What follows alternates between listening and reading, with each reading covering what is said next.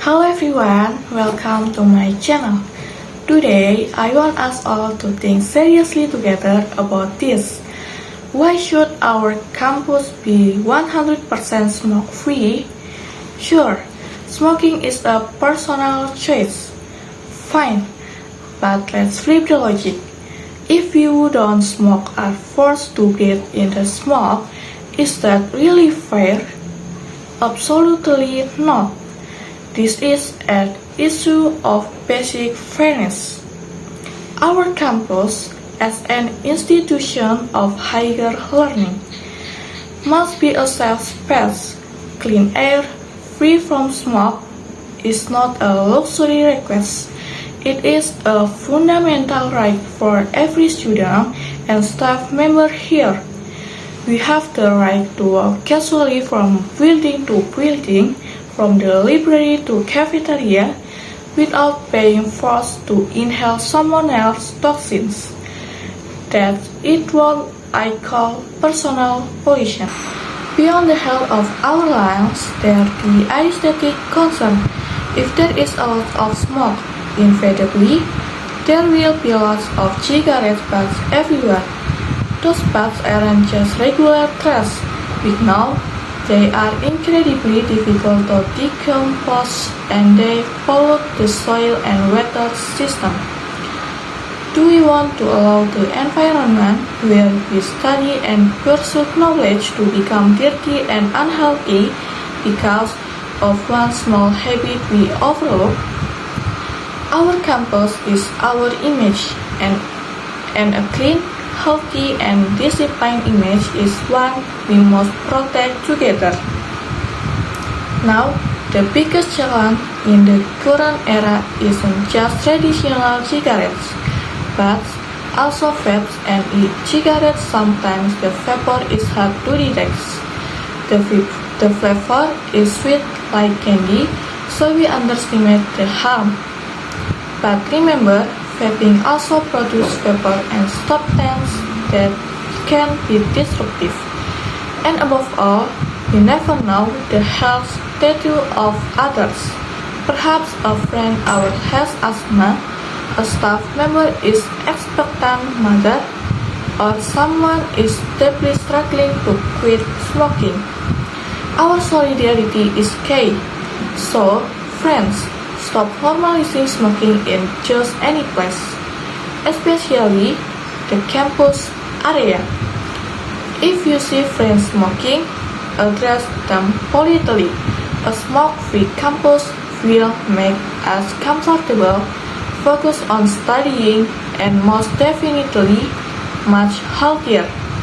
Come on, let's be pioneers of a healthy environment. Next, we are going to study one of the most essential fundamentals in English grammar, the simple present tense. On this first slide, let's look at the definition and main function of the simple present tense. This is a very common tense that we use often. It has three primary uses. First, it's used to express a habit, which is an action performed repeatedly. Second, it states a general truth, something that is always true. And third, it describes a present state, a condition that is currently valid or ongoing in a general sense. Let's see an example for the first function, which is habit. The example is, she goes to school every day. This shows that going to school is a regular, repeated activity she performs daily. Time adverbs like every day often appear in habit sentence. The second function is stating a general truth. A classic example is, the sun rises in the east. This is a universal truth, a constant fact that doesn't change. We use the simple present tense to express it. The final function is to express a present state or a condition that is currently applicable. Example, I live in Jakarta. This is not an action, but a status or condition of residence that is valid at the present time.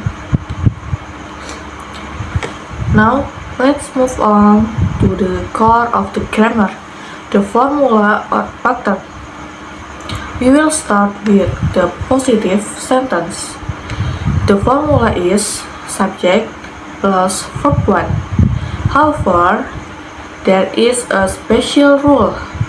If the subject is the third person singular, he, she, or it, the verb must have the ending s or es edit. Example, he plays football, not he play football. Next, for the negative sentence, we need the auxiliary verbs do or does. The formula is subject plus do or does plus not plus verb 1. Remember, we use does for the subjects he, she, it, and do for I, you, we, they. Example, she does not like coffee. Notice that after does not, the main verb returns to its past form, verb 1, which is like without the s. To form a question or interrogative sentence, we simply move to or does to the beginning of the sentence. The formula is do or does plus subject plus verb 1. Example, do you speak English? The answer can be yes, I do, or no, I don't. How can we quickly identify a simple present tense sentence? It is usually accompanied by adverbs of time. These indicators include always, usually, often, sometimes, never, every day, every week, on Sundays, and similar phrases. This is crucial part that often causes confusion. The rule for adding s or es to the verb specifically when the subject is he, she, or it. For most verbs, we simply add s. Example, play becomes plays, work becomes work. Rule number 2. If the verb ends in ch, sh, ss, x, or o, we must add es. Example, watch becomes watch, go becomes goes. Rule number 3.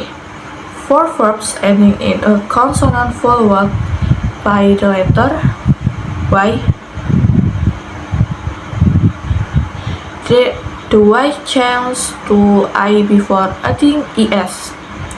Example, study becomes studies, try becomes tries.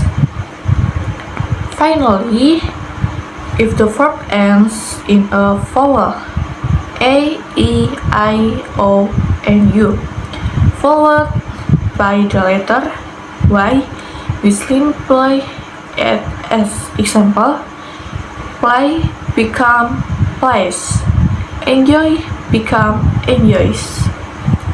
Look at the sentence examples below. She studies English every day.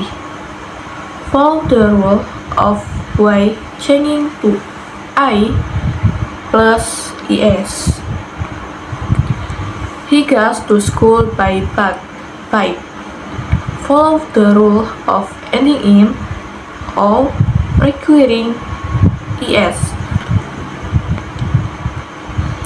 Besides action verbs, the simple present tense also used to be am, and is, and are. To be is used as the main verb when the sentence does not have an action verb like eat, drink, run. To be is usually followed by a noun, an adjective, or an adverb, which we call a complement. Here are the pairings of to be with its subject. For I, the partner is I am. The partner is am. For he, she, it, the partner is.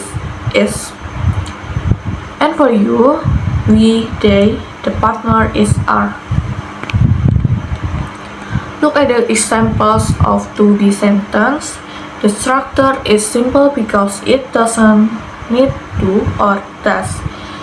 Positive, she is a student. Is acts as the main verb followed by a noun. Negative, she is not a student. Just add not after is. And then interrogative, is she a student? Move is to the front. To check our understanding, let's try some practice questions. Remember the formula and the S or ES spelling rules.